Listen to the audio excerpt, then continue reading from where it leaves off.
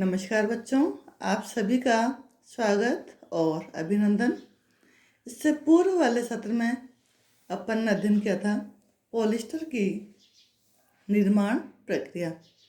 इसी को आगे बढ़ाते हुए आज अपन देखेंगे पॉलिस्टर की विशेषताएं। बच्चों, पॉलिस्टर, डेक्रोन और टेरिलीन ये तीनों लगभग एक ही रेशे के अलग अलग नाम हैं, इसलिए और इनको नायलॉन की तरह ही कृत्रिम विधि से बनाया जाता है, इसलिए इन तीनों की विशेषताएं भी सेम है। आपके सिलेबस में हालांकि सिर्फ पॉलिस्टर की विशेषताएं हैं, लेकिन चूंकि तीनों की सेम है इसलिए मैं एक साथ बता रही हूँ। इसमें भी अन्य रेशों की तरह दो तरह की विशेषताएं पढ़नी है अपन को, भौतिक और रासायनिक। सबसे पहले अपन देखेंगे भौतिक विशेषताओं के बारे में। इसमें सबसे पहले आता है संगठन। इनकी प्राप्ति दो रसायनों व डाइमिथाइल टेरेप्थलेट से होती है, अतः इसमें कार्बन, हाइड्रोजन और ऑक्सीजन के अणु पाए जाते हैं और एक बेंजीन रिंग पाई जाती है। अब देखेंगे हम सूक्ष्मदर्शी से कैसा दिखाई देता है।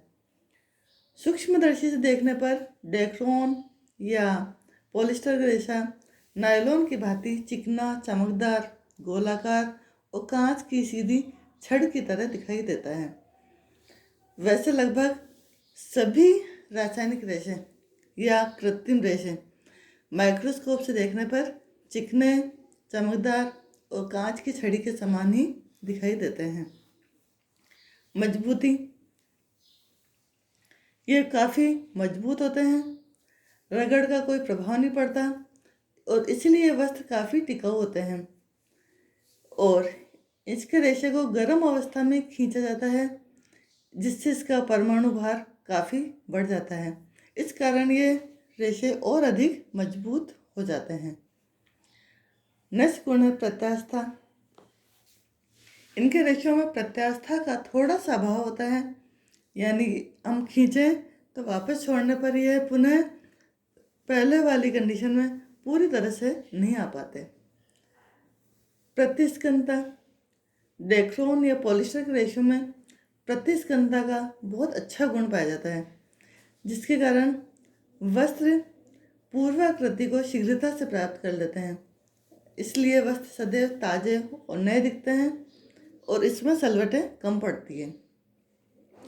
कुशन, तकिए, गद्दे आदि में भरने के लिए रेशों को खींचते समय ही से लहरदार या कुंडली नुमा बना दिया जाता है, जिससे इसकी प्रतिस्कंदता और अधिक बढ़ जाती है।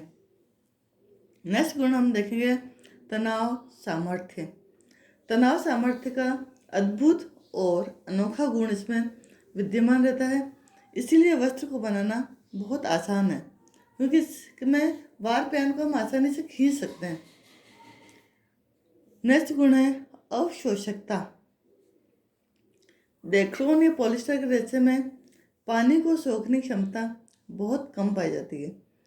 इसी कारण इससे बने परिधान गर्मी और नम वातावरण के लिए अनुकूल नहीं होते, क्योंकि ये पसीने को नहीं सोख पाते और जब पसीने को नहीं सोखते तो हमारे शरीर पे ईचिंग या इरिटेशन होता है और त्वचा चिपचिपी सी हो जाती है और इसी से स्किन डिजीज होने की भी संभावना रहती है।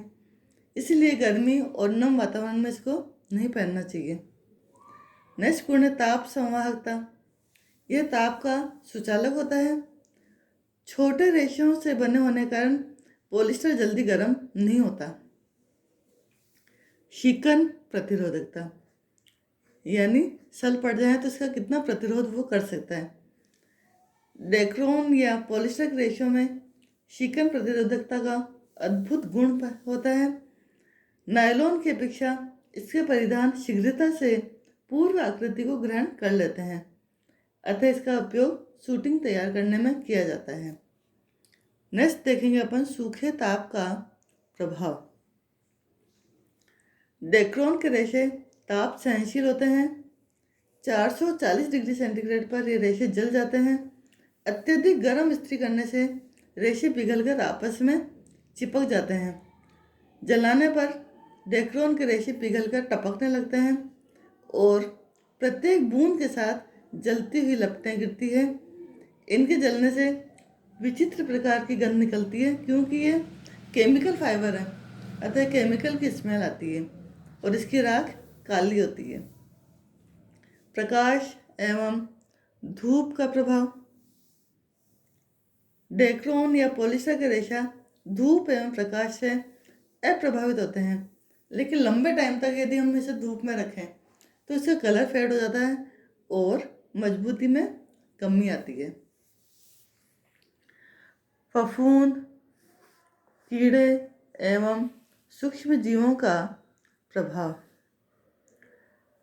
इन पर फफूंद, कीड़े और अन्य सूक्ष्म जीवों का कोई हानिकारक प्रभाव नहीं पड़ता।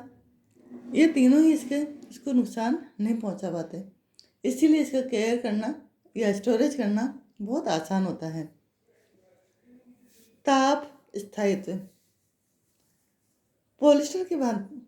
पॉलिस्टर भी हीट सेट करके निश्चित आकार, आकृति, डिजाइन, प्लीट्स आदि दिए जा सकते हैं। इसके लिए इसे 325 डिग्री फ़ारेनहाइट से 450 डिग्री फ़ारेनहाइट तापक्रम पर रखा जाता है। एक बार यह प्रक्रिया कर लेने के पश्चात पुनः गर्म कर ताप स्थायित्व के द्वारा क्रीज, चुनटें, प्लीट्स आदि अन्य डिजाइन बनाई जाती है। हीट सेट के द्वारा इनकी हर प्लीट्स एवं क्रीज का मोड सदैव स्थिर रहता है।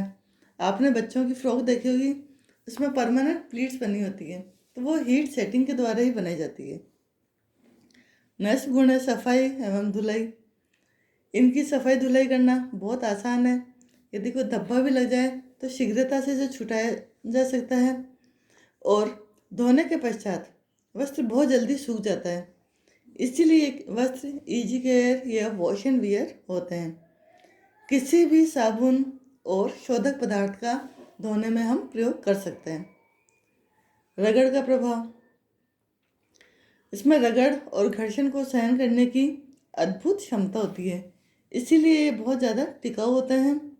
रगड़ने एवं घर्षण से इनके रेशे कभी कमज़ोर नहीं पड़ते और न ही इनका रंग प्रभावित होता है। अब हम देखेंगे रासायनिक विशेषताएं। सबसे पहले हम देखेंगे अम्ल का प्रभाव। सांद्र और शक्तिशाली खनिज अम्ल जैसे हाइड्रोक्लोरिक अम्ल, नाइट्रिक अम्ल, सल्फ्यूरिक अम्ल के घोल के संपर्क में आकर डेक्रोन के रेशे नष्ट हो जाते हैं और तनु एवं ठंडे खनिज अम्लों के घोल का कोई खास हानिकारक प्रभाव नहीं पड़ता। क्षार का प्रभाव। सांद्र एवं शक्तिशाली क्षार से ये रेशे प्रभावित हो जाते हैं। उबलते क्षार के संपर्क में आकर रेशे गलकर नष्ट हो जाते हैं। क्षार का तनु एवं ठंडे घोल रेशों को नुकसान नहीं पहुंचाता, अतः इन्हें किसी भी साबुन और शोधक पदार्थों से आसानी से धोया जा सकता है। विरंजक का प्रभाव। विरंजक का इस पर कोई प्रभाव नहीं पड़ता। हम किसी भी तरह का विरंजक का यूज इसमें कर सकते हैं। रंगों के प्रति सादृश्य।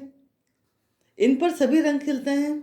इसको रंगने के लिए वस्त्र निर्माण प्रक्रिया के अंतिम अवस्था में तैयार गाढ़े घोल में ही रंग डालकर फिर स्पिनरेट के छिद्रों से होकर प्रवाहित कराते हैं, अतः रंगीन रेशा प्राप्त हो सकता है। इस पर सभी रंग पक्के चढ़ते हैं और गहरे चढ़ते हैं। लास्ट गुण है पसीने का प्रभाव। पसीने का कोई हानिकारक प्रभाव नहीं पड़ता, लेकिन यदि लगातार पसीने वाले स्थान पर रहे तो वहाँ से रंग हल्का सा फीका पड़ जाता है। इस तरह से यह पॉलिस्टर की विशेषताएं यहीं समाप्त होती है। धन्यवाद।